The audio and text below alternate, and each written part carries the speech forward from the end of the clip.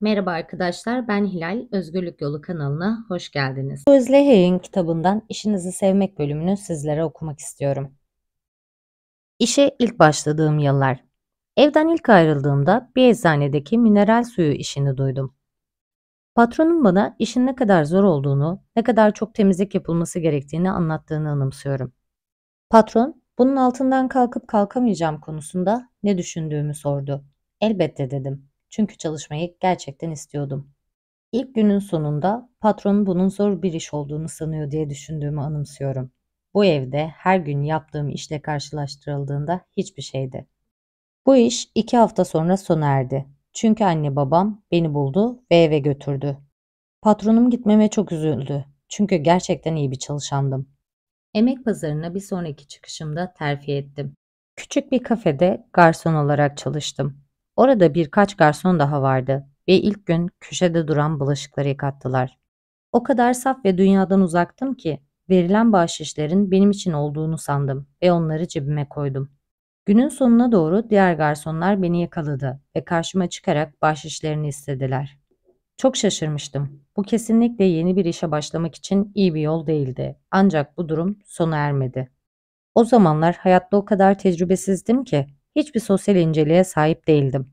Toplum içinde nasıl davranmam gerektiğini bilmiyordum. Küçük bir restorana gittiğimde yaşadığım ilk tecrübe o kadar korkunçtu ki ağlayarak dışarı çıktım. Evde nasıl sıkı çalışacağımı öğrenmiştim. Ancak dış dünya konusunda bana hiçbir şey öğretilmemişti. Cahilliğim ve kendime değer verme konusundaki eksikliğim arasında bir dizi düşük ücretli işte çalıştım. Eczanelerde, ucuz eşya satan dükkanlarda, mağazalarda ve mağazaların depolarında çalıştım. Bir film yıldızı ya da dansçı olmayı hayal etmememe rağmen bunu nasıl başarabileceğim konusunda hiçbir fikrim yoktu. O an bulunduğum işin ötesindeki her iş uzak bir hayaldi. O kadar eğitimsizdim ki bir sekreterlik işi bile yeteneklerimin çok uzağındaydı. Ardından bir gün hayat ilginç bir dönüş yaptı. Bunun için hazırlığımı tamamlamış olmalıyım. Chicago'da haftalık 28 dolar ücret ödenen bir iş buldum. Neden bir gün Arthur dans stüdyosuna gittiğimi anımsamıyorum. Ancak gittim. Ve tatlı dilli bir satış personeli bana 500 dolarlık dans dersi sattı. O gece eve gittiğimde yaptığım şeye inanamadım ve dehşete kapıldım. Ertesi gün işten sonra yeniden dans stüdyosuna gittim ve ne kadar parasız olduğumu itiraf ettim. Ama bir kontrat imzaladınız. Bize para ödemeniz gerekir. Bununla birlikte bir resepsiyon görevlisine ihtiyacımız var. Bunu yapabilir misiniz? Ne dersiniz diye yanıt verdiler. Bu iş için önceki haftalık kazancımdan 10 dolar daha fazla veriliyordu. Çalıştığım yer 40'ın üzerinde öğretmenin olduğu büyük bir stüdyoydu. Sabah 10'dan gece 10'a kadar çalıştık ve yemeklerimizi her zaman birlikte yedik. 2 gün içerisinde öğretmenlerin randevularını, para alışverişlerini ve tüm o tanıtımları başarabildiğimi keşfettim. İşimin içinde yer alan bir sosyal yaşamım olmuştu ve bir işten hiç bu kadar keyif almamıştım. Bu yaşamımda büyük bir dönemeçti. Bu işten sonra New York'a taşındım ve bir moda modeli oldum.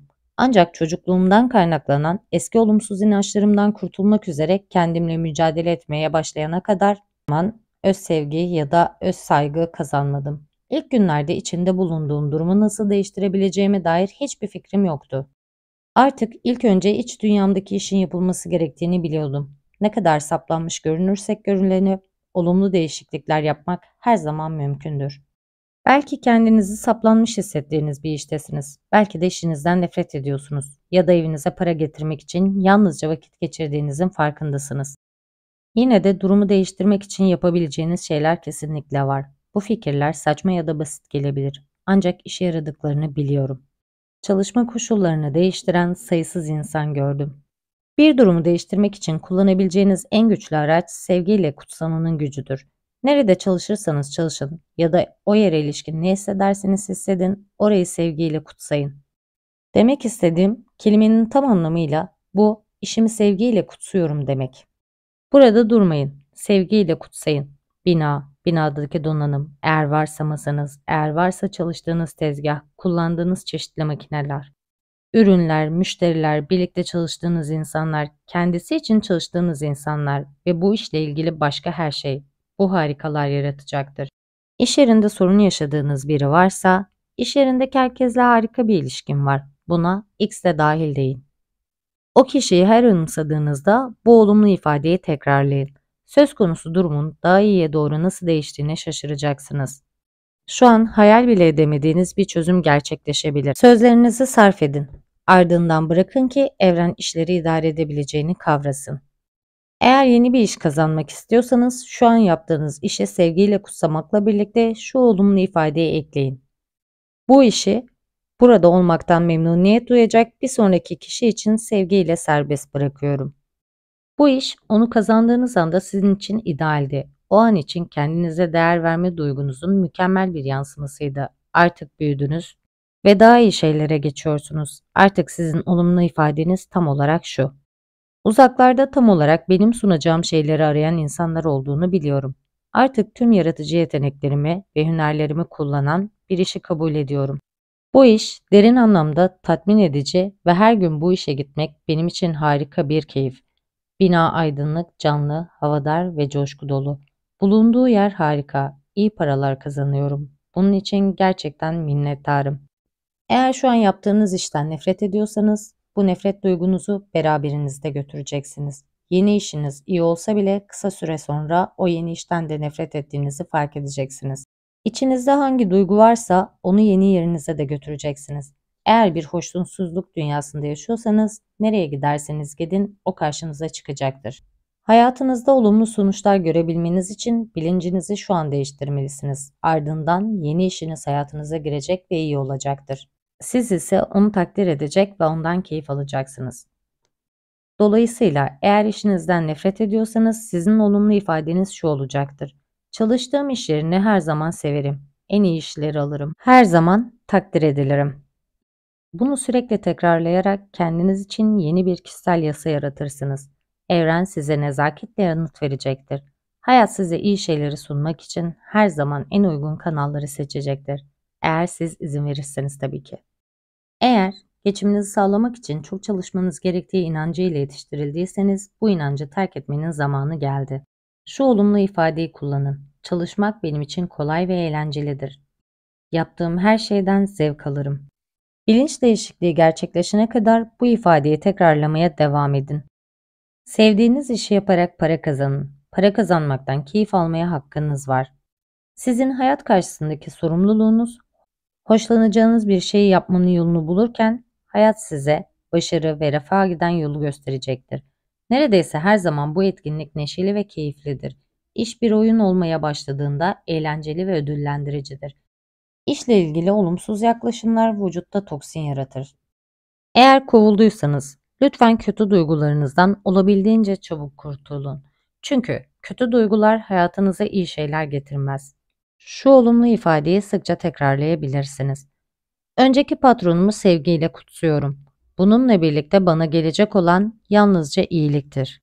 Artık benim için daha iyi olan bir şeye gidiyorum. Güvendeyim ve her şey yolunda. Ardından yeni bir iş kazanmak için olumlu ifadeler kullanın. Yaşadığımız şey bu değildir. Ancak işleri bu şekilde idare edebiliriz. Eğer hayat size limon veriyorsa limonata yapın. Eğer limonlar çürükse çekirdeklerini çıkarın ve yeni limonlar yetiştirin. Çürümüş limonları gübre yapın. Kimi zaman hayalimize çok yaklaştığımızda gerçekten istediğimiz şeye sahip olmaktan o kadar korkarız ki kendimizi sabote etmeye başlarız. Bunu anlamak ne kadar güç olsa da kendimizi korumak üzere attığımız yanlış bir adımda bunu yapıyoruz. Büyük hamlede bulunmak, ideal işi elde etmek, gerçekten iyi para kazanmak. Çok korkutucu bir şey olabilir. Ya başarısız olursam, ya insanlar benden hoşlanmazsa, ya mutlu olmazsam? Bu sorular hayallerinizi gerçekleştirmekten fazlasıyla korkan parçanızı temsil eder. Çoğunlukla içinizdeki çocuk korkularınızın anahtarıdır. Kendinize karşı son derece sevecen, sabırlı ve yumuşak olmanızın zamanı geldi. İçinizdeki çocuğun endişelerini giderin, onu sevin ve güvende hissetmesini sağlayın. Yalnızca şu ifadeyi sıkça tekrarlamayı unutmayın. Evrende güvendeyim ve tüm hayat beni seviyor ve destekliyor. Düşünceniz yeni mükemmel bir iş yaratmak için size yardımcı olabilir. Bir iş bulmanın zor olduğu düşüncesine saplanmayın. Bu pek çok insan için geçerli olabilir. Ancak sizin için geçerli olmak zorunda değildir. İhtiyacınız olan yalnızca bir iştir. Sahip olacağınız berrak bir bilinç, başarıya giden yolu sizin için açacaktır. Pek çok insan korkuya inanır. Ekonomide bir değişiklik olduğunda kitleler hemen tüm olumsuz düşünceleri satın alır. Sürekli bunlardan bahsederek konunun üzerinde durur. Bilincinizde tuttuğunuz ve kabul ettiğiniz şey sizin için gerçek olur. İş yaşamında ya da ekonomide olumsuz eğilimler duyduğunuzda hemen şu olumlu ifadeyi tekrarlayın. Bazıları için geçerli olabilir, ancak benim için değil. Nerede olursam olayım ya da nerede olursa olsun her zaman başarılı olurum. Siz düşündükçe ve konuştukça gelecekte yaşayacağınız şeyleri yaratıyorsunuz. Başarınızla ilgili konuşma biçiminiz konusunda çok daha dikkatli olun. Her zaman yoksul ya da zengin düşünme seçeneklerine sahipsiniz. En azından önümüzdeki bir hafta boyunca para, iş, kariyer, ekonomi, tasarruf, emeklilik gibi konularda nasıl konuştuğunuza dikkat edin. Kendinizi dinleyin. Sözlerinizin şu an ya da gelecekte başarı yaratmadığını görün.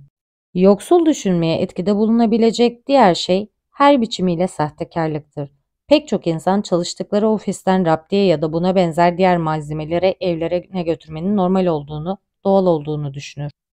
Hayattan aldıkları her şeyin hayat tarafından geri alındığını unutur ya da fark etmez. Küçük şeyleri bile almak, hayattan sizi bunları kendiniz için satın alamadığınızı söylemektir ve hayat sizin sınırlara saplanmanıza neden olur.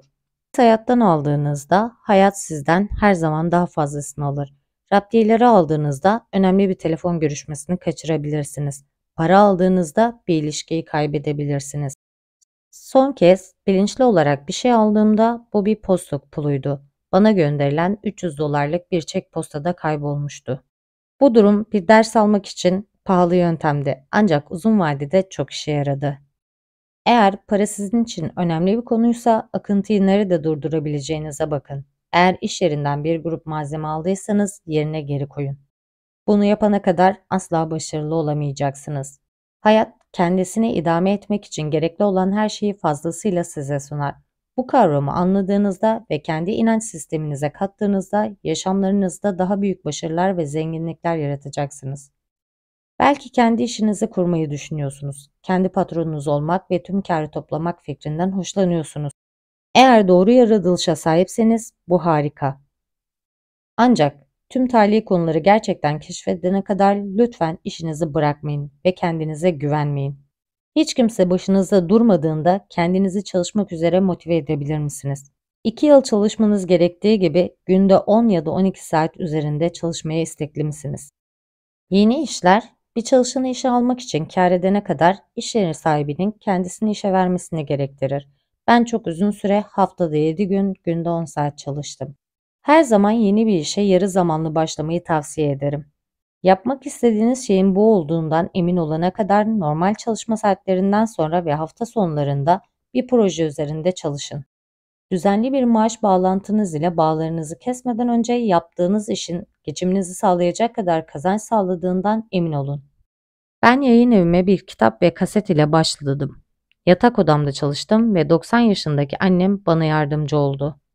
Kitapları ve kasetleri geceleri postaya verirdik. Bir yardımcıyı işe alabilecek kadar kazanç sağlamam 2 yıl sürdü. Asıl işimin dışında güzel bir uğraştı. Ancak yayın evi gerçek bir iş olana kadar çok uzun zaman geçmesi gerekti. Kendi işinizi kurma isteğine ilişkin ilk eğilimleri hissettiğinizde şu olumlu ifadeyi kullanın. Eğer bu girişim benim en büyük iyiliğim ve sevincim içinse kolaylıkla ve çaba harcamadan ilerlemesine izin vermeliyim. Çevrenizdeki her işarete dikkat edin. Eğer gecikmeler ve engeller ortaya çıkıyorsa bunun ilerlemek için uygun zaman olmadığını anlayın.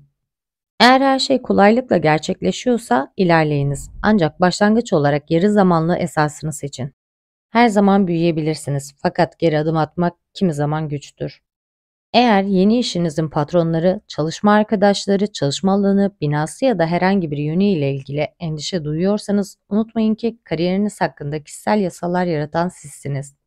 İnançlarınızı değiştirin ki çalışma hayatınızı da değiştirebilirsiniz. Unutmayın ki çalışma hayatınızın nasıl olmasını istediğine karar veren sizsiniz. Bunu başarmak için olumlu ifadeler yaratın. Ardından bu olumlu ifadeleri sıkça tekrarlayın. İstediğiniz çalışma hayatına sahip olabilirsiniz. Çalışma hayatınızı geliştirmek için kullanabileceğiniz olumlu ifadeler. Her zaman bana saygı duyan ve iyi ücret ödeyen insanlar için çalışırım.